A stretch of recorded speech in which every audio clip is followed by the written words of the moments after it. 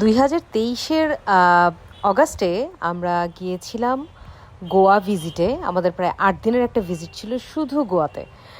গোয়ার এয়ারপোর্ট তো বিশাল ট্রান্সফরমেশন, এত সুন্দর। অ্যাক্রন ওয়াটারফ্রন্ট রিসোর্ট যেটা আছে বাঘাতে, ওখানে আমরা উঠেছিলাম।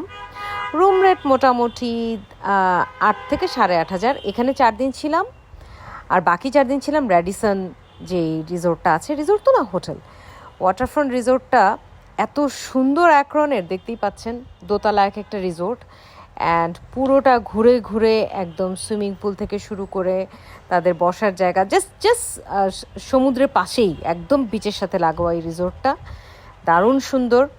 এই কেভটা হচ্ছে যেখানে দিল চাহতা হ্যার একটা শুটিং হয়েছিল, ওখানে আমরা মুভ করেছি।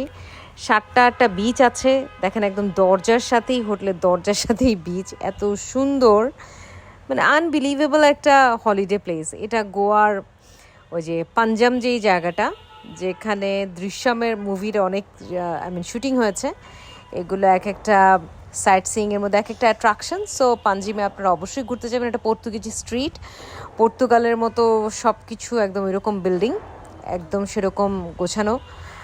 আর শহরটা, মানে গোয়া আসলেই সুন্দর, গোয়া অনেক বেশি সুন্দর। অ্যান্ড যে কারোরই সময় হলে ইন্ডিয়াতে গোয়া ভিজিট করা দরকার। আপনারা ঢাকা থেকে সরাসরি ফ্লাইট পাবেন না, তবে দিল্লি যেয়ে সেখান থেকে, অথবা কলকাতা থেকে সেখান থেকে ছোট ফ্লাইটে এয়ার ইন্ডিয়া তো যাই সেখান থেকে, তাছাড়া ইন্ডিগোও যায়, ঘুরে আসতে পারেন।